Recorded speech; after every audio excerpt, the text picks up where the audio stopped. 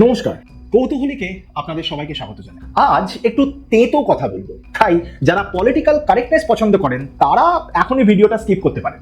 রাজ্যের ক্ষমতার তক্তা বদলে গেছে, আর এই বদলের সাথে সাথে সব থেকে করুণ দশা কাদের জানেন? আমাদের টলিপাড়ার সেই সব সোনার ছেলেমেয়েদের, যারা গত এক দশক ধরে শাসক দলের ছায়ায় শুধু ঘাসফল নয়, ক্ষমতার মধু খেয়ে বড় হয়েছে।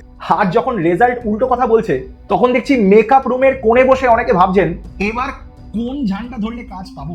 আজ আলোচনা করব টলিউডের এই মেরুদণ্ডহীন রাজনীতি আর বিগত শাসক দলের যে চাটুকারিতা কিভাবে অভিনেতাদের কেরিয়ার আর সাধারণ মানুষের সম্মান দুটোকেই ধুলিয়ে মিশিয়ে দিল সেই বিষয় নিয়ে। দেখুন, গত 10 বছরে টলিউড আর টালিগঞ্জ ক্লাব যেন একটা রাজনৈতিক কার্যালয় হয়ে দাঁড়িয়েছিল। বিগত শাসক দলের একটা অলিখিত নিয়ম ছিল, হয় আমাদের মিছিলে হাঁটো আর নয়তো ঘরে বসে মাছি তাড়াও। যাদের অভিনয়ের অটুকু আসতো না তারাও স্রেফ শাসক দলের নেত্রীর বা নেতার ডান হাত বাঁ হাত হয়ে ঘোরার জন্য বড় বড় প্রজেক্ট পেয়েছে। সিরিয়ালের লিড রোল থেকে শুরু করে সরাসরি অ্যাওয়ার্ড সবই কিন্তু ছিল ওই পলিটিক্যাল কোটার আন্ডারে।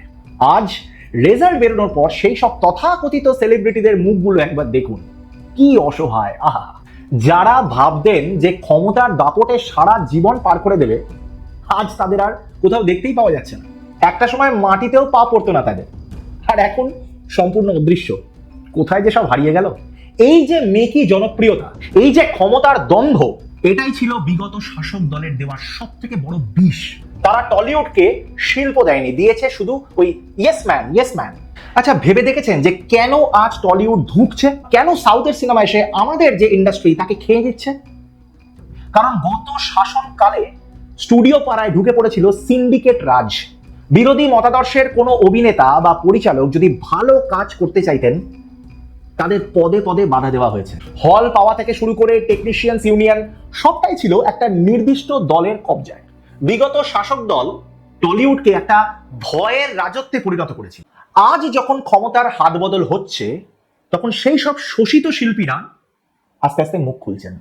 ভাবুন তো, একজন জাতীয় পুরস্কার প্রাপ্ত বিজয়ী অভিনেতা যদি স্রেফ মিছিলে না যাওয়ার জন্য কাজ হারাতে হয় তাকে, তার চেয়ে লজ্জার আর কি হতে পারে আমাদের জন্য? আমরা যারা বাঙালি, যারা শিল্প পছন্দ করি, যারা আর্ট পছন্দ করি, তাদের জন্য এই যে নোংরা পলিটিক্স, এটা টলিউডের সৃজনশীলতাকে কুড়ে কুড়ে খেয়েছে।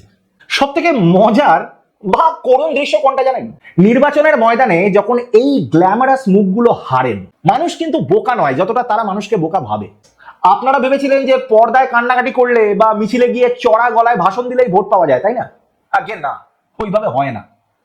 বিগত শাসক দলের দুর্নীতির বোঝা যখন আপনাদের কাঁধেও এসে পড়েছে, তখন সাধারণ মানুষ বুঝিয়ে দিয়েছে অভিনয়টা পর্দাতেই থাকে, আমাদের পকেট কাটবেন না। আজ যারা হারলেন তারা এখন কোন মুখে স্টুডিওতে ফিরবেন? যে দর্শক আপনাদের দিকে জুতো উঁচিয়েছে, সেই দর্শকের সামনেই আবার কি হিরো সেজে দাঁড়াতে পারবেন? দাঁড়ানো যায়? এই যে ভালনারেবিলিটি বা এই যে অসহায়তা, এটা আপনাদের নিজেদের তৈরি। শাসক দলের তল্পিবাহকতা করতে গিয়ে আপনারা মানুষের সাথে নিজের কানেকশনটাই কেটে ফেলেছেন। দেখুন, ভোটের রেজাল্ট বেরিয়ে গেছে, নতুন শক্তি আসছে বা পুনরায় আরেকটা দল বিদায় নিচ্ছে, কিন্তু টলিউডের জন্য শিক্ষাটা কি থাকলো? শিক্ষা একটাই, শিল্পীর কোনো দল হয় না। শিল্পী যদি শাসকের পায়ের তলায় বসে থাকে, তবে সেই শিল্পে পচন ধরতে বাধ্য। বিগত শাসক দল আপনাদের গ্ল্যামার দিয়েছিল, কিন্তু সম্মানটা কেড়ে নিয়েছিল। আজ সময় এসেছে সেই হারানো সম্মান পুনরুদ্ধারের। দলদাসের তকমা ঝেড়ে ফেলে আবার যদি অভিনেতা হতে পারেন, তবেই কিন্তু সকলের মঙ্গল। না হলে ইতিহাসের ডাস্টবিনে আপনাদের জায়গা হবে, যেখানে শুধু পুরনো পোস্টার পড়ে থাকে। আপনাদের কি মনে হয়, এই পরিবর্তন কি টলিউডকে অক্সিজেন দেবে, নাকি আবার কোনো নতুন দলের চাটুকারিতা শুরু হবে? কমেন্টে লিখে জানান।